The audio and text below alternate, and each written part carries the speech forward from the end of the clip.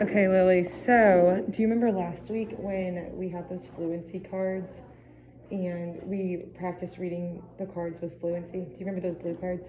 Oh, yeah. Do you remember what fluency? The reading. Yeah, do you remember what fluency is? Yes, it's like fast-paced reading, trying practicing your reading. Yeah, so it's fast-paced, which we need speed, but we practice a lot with like punctuation.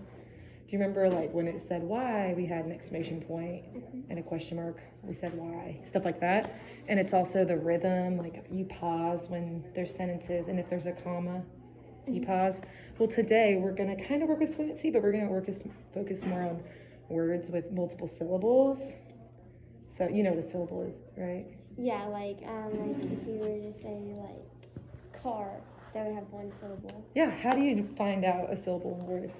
You see like if you find like a syllable, like let's say like if you had tractor, you know. Yeah. You would have like two parts of the word. You know, it's like track and turn. How were you taught it? Do you remember how you were taught it? I was taught clapping. Yeah, that's how I was taught. Yeah. Tractor. Yeah, and also if your jaw drops, that's what I do. If you put your hand here, you can be like tractor. You notice your jaw drops twice? Yeah. That's kind of how I do it. Okay, so what I want you to do, and I'll do this too, write preview on your board. And I'll erase it because I guess we didn't bring erasers out, so I'll just use, again, so write preview.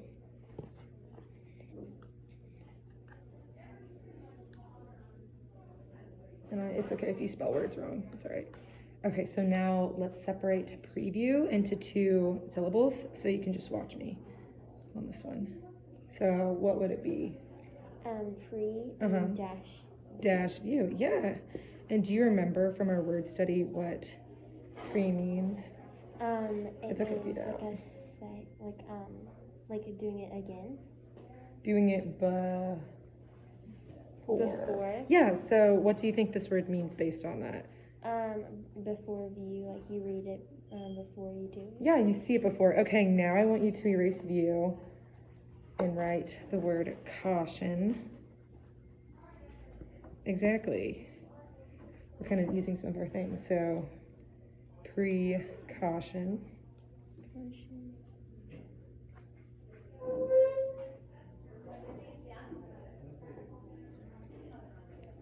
And based off of what we know about pre meaning before, what do you think the word precaution means? Like before caution, like maybe like checking yourself, like before you do something. Yeah, taking caution before you do something. That's a great example of using that. Perfect. Okay, so now what I want you to do is we're going to practice like working with this text. It's called How a Dog Became Mayor of a California Town, and it's a dog, that's the mayor. It's kind of cute. And we're going to work with this word, and we're going to see if we can break it up in syllables, if we can learn how to pronounce it, and also kind of know what it means, because this is a word that's probably unknown to most. It was unknown to me when I went through this. Okay, so do you know what this word is at all? It's okay if you don't.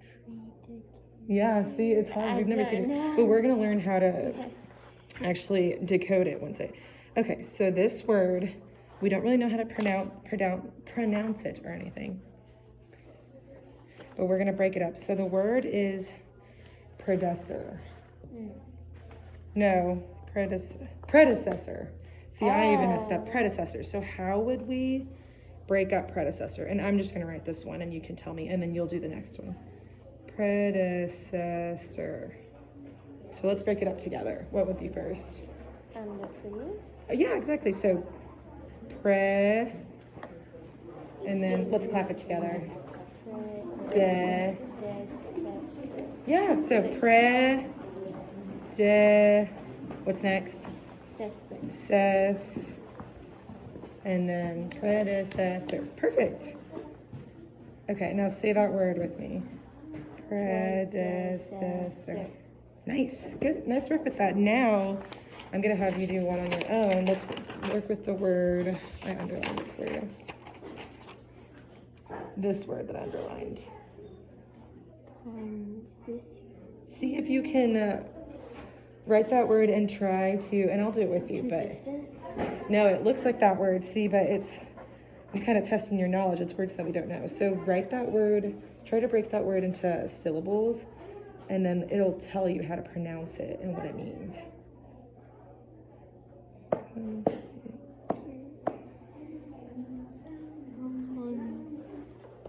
And I'm gonna do it too, and I'll show you.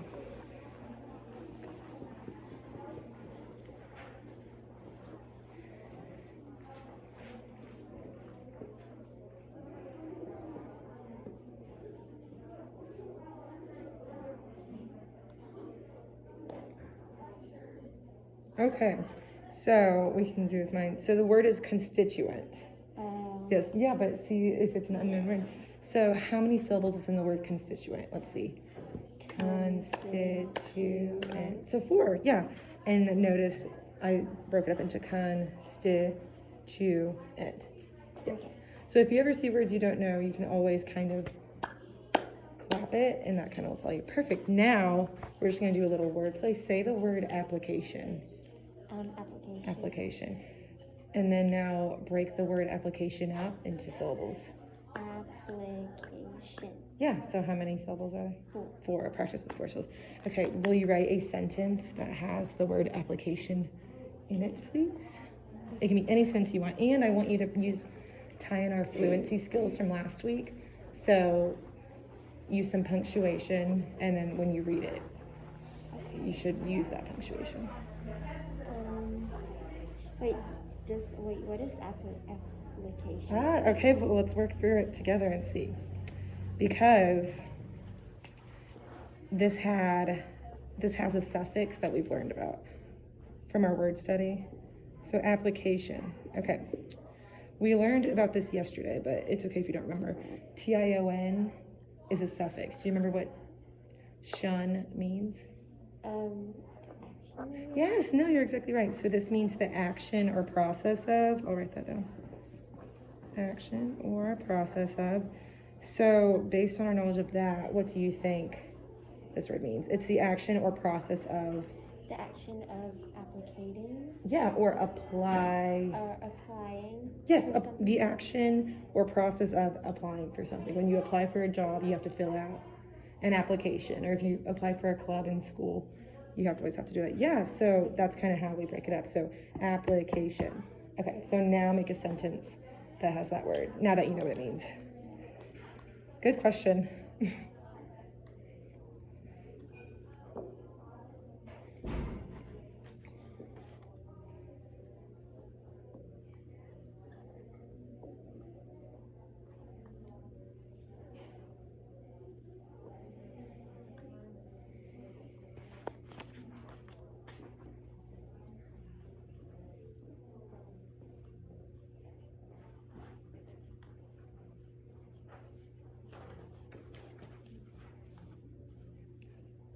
Oh my gosh, that's okay. So read it out loud to me. That's perfect. There is going to be a job application for a store.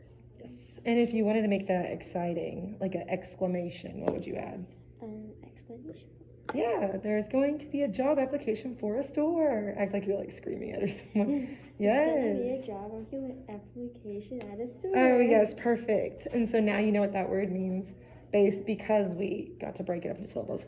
Nice. Now let's read through this passage. I want us to apply everything that we practiced also from last week. So using correct punctuation, correct commas and pausing.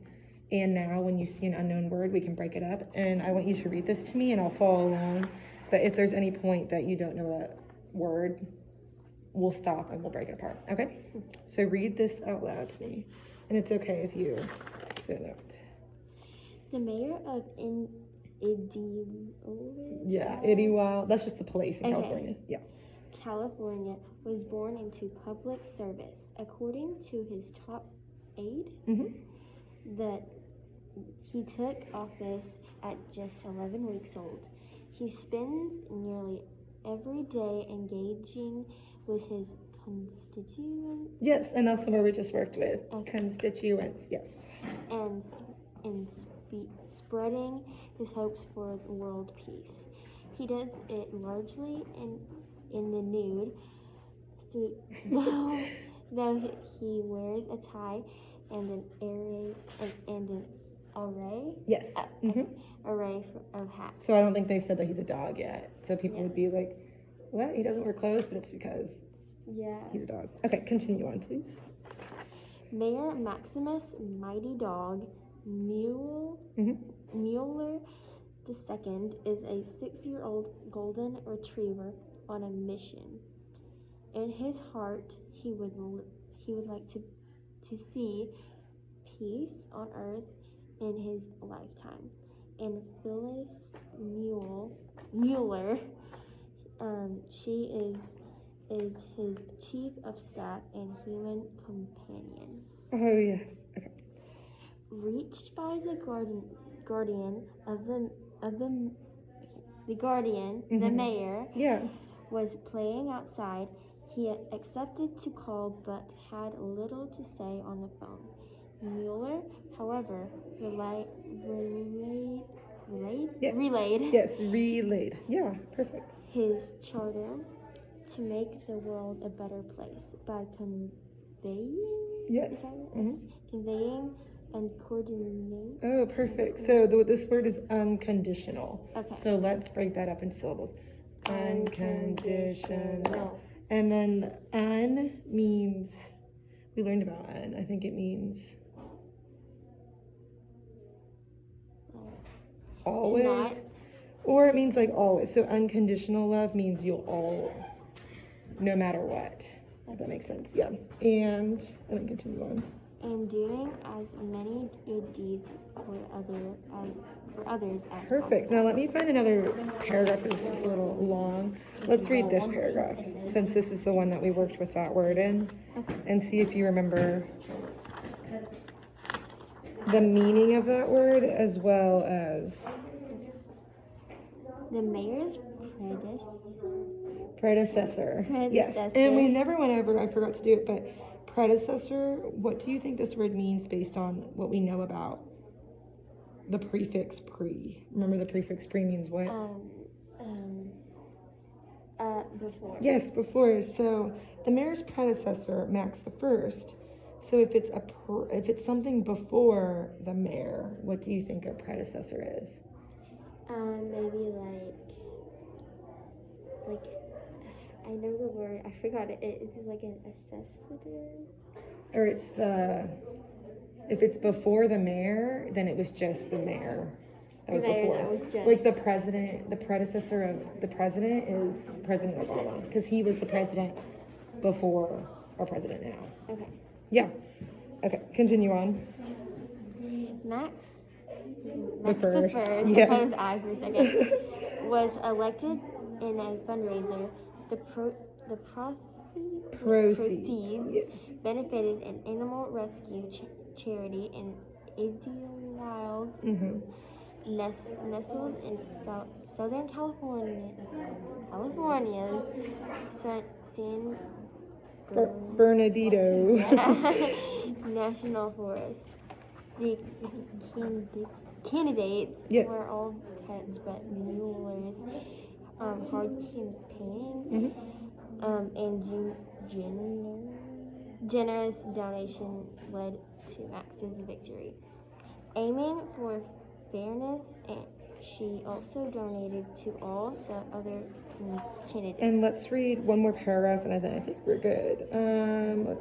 Let's do this one. Second to the last. Yes. Because there's some multi-syllable words in there that we can see. Though the Constitution does not specifically yes. ban dogs from running, candidates must be at least 35 years old, posing a challenge for any canine bid. A number of other animals have assumed public office in the United States, including Duke the dog, who was the mayor in Minnesota, Stubbs the cat, former honorary mayor of Talkeetna,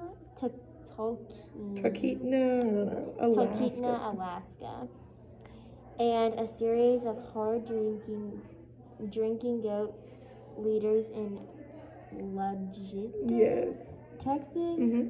None has yet mounted a serious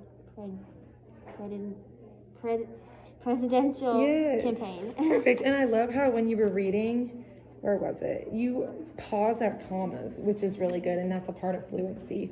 Whenever it says, though the Constitution does not specifically ban dogs from running, candidates must be at least 35 years old, posing a challenge. You did a great job of stopping and reading that fluently. Perfect. So do you see how whenever you see an unknown word, you can break it apart into syllables and see if there's prefixes or suffixes? And if you know the prefixes or suffixes, because we're learning about them in Miss Trumbo's class, you're able to define the word. Yeah. Yeah.